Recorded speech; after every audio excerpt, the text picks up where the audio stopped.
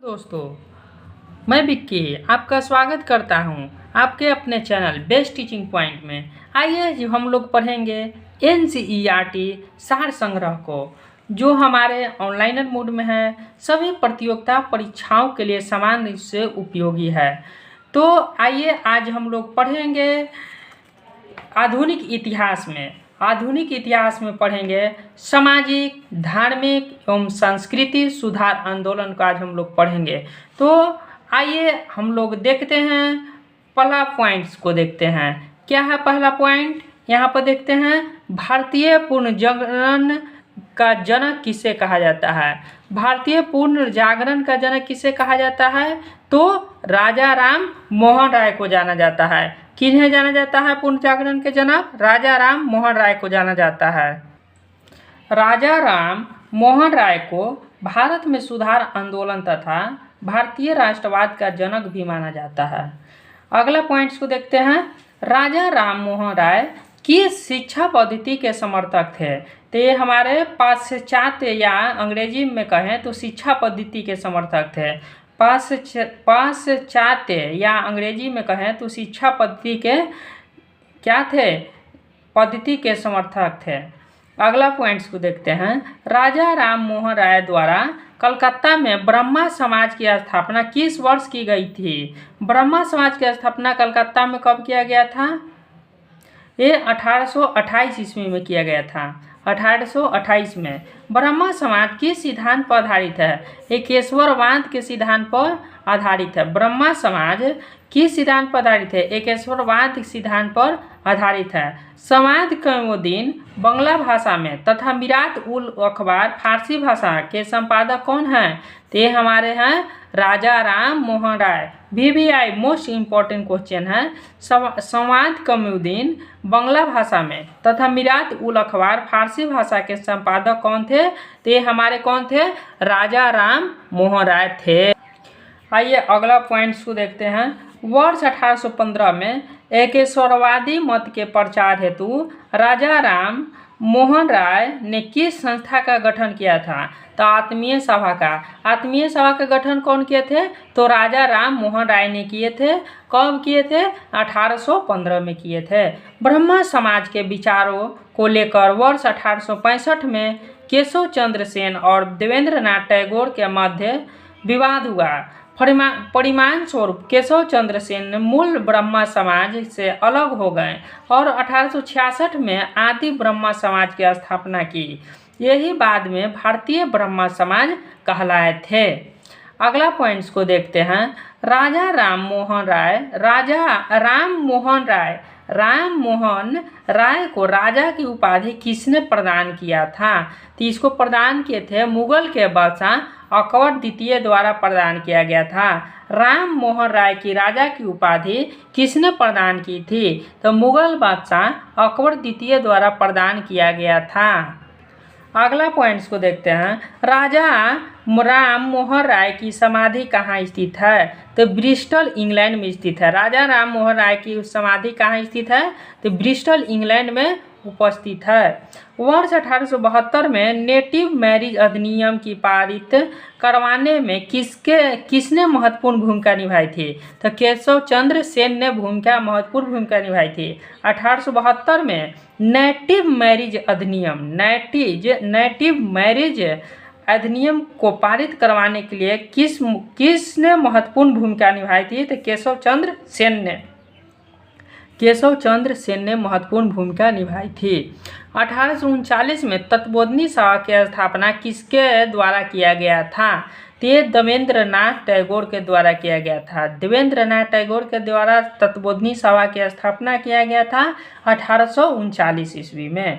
वर्ष 1875 में आर्य समाज की स्थापना किसके द्वारा की गई थी? तो आर्य समाज की स्थापना स्वामी दयानंद सरस्वती के द्वारा किया गया था। वर्ष 1875 ईस्वी में किया गया था।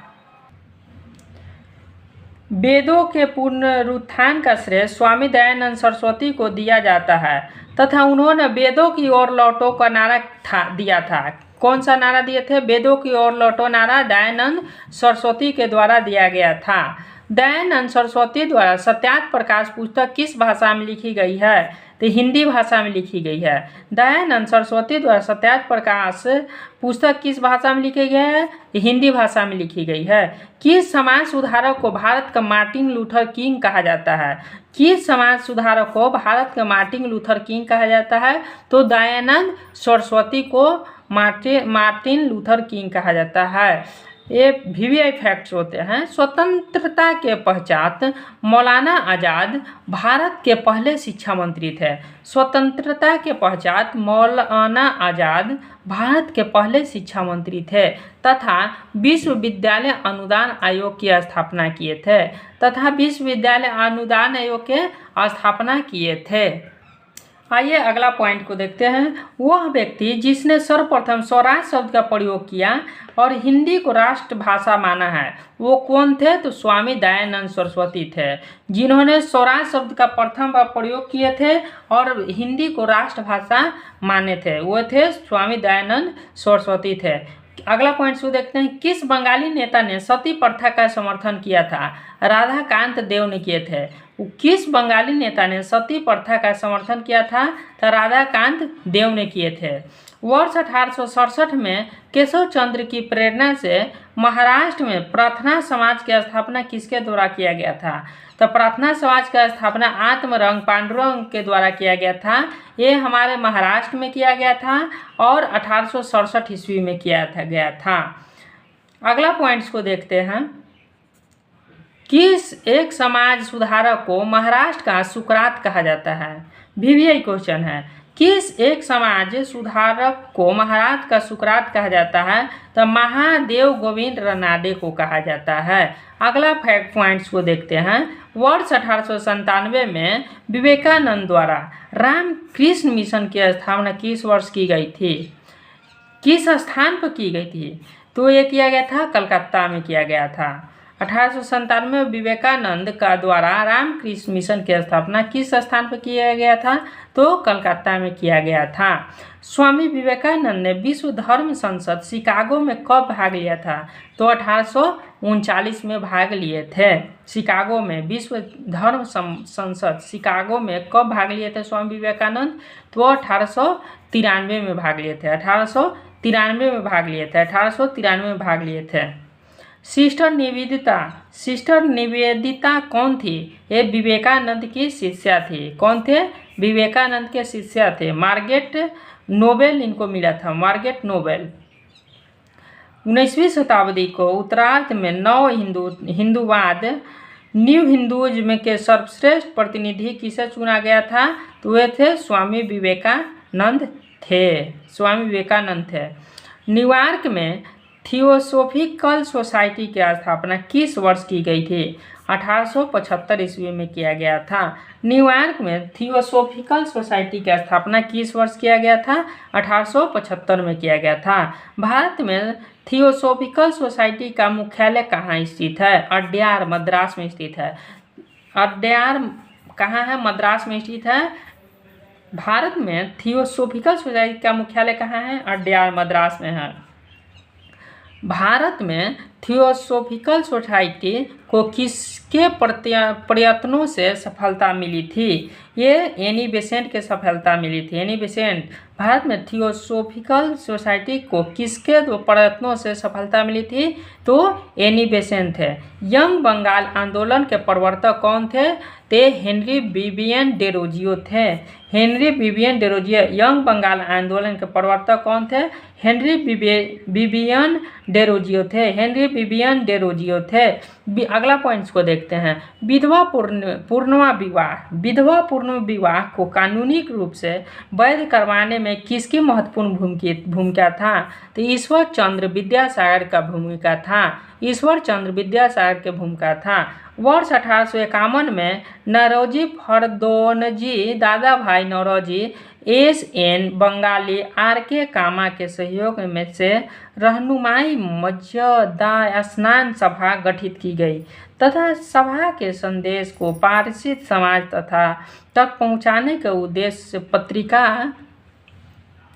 पत्रिका राष्ट्रगोपतार नामक पत्रिका प्रारंभ की गई थी। राष्ट्रगोपतार नामक पत्रिका को प्रारंभ किया गया था। अगला पॉइंट्स को देखते हैं। दलित जातियों के कल्याण के लिए ज्योतिबा फूले ने वर्ष 1873 में किस संस्था की स्थापना किया था? तो सत्यशोधक समाज की स्थापना किसने किया था? तो ज्योतिबा फूले ने किए थे। कब किया था? तो 1873 ईस्वी में किए थे। अगला पॉइंट्स को देखते हैं। ब्रह्मा समाज को एकेश्वरवादी आंदोलन के रूप में आगे बढ़ने का श्रेय किसे दिया जाता है? तो इसे देवेंद्रनाथ टैगोर को दिया जाता है। आई होप कि आप लोगों ने सामाजिक, धार्मिक एवं सांस्कृतिक सुधार आंदोलन को अच्छे से समझे होंगे। मिलते हैं फिर अगले नेक्स्ट वीडियो में।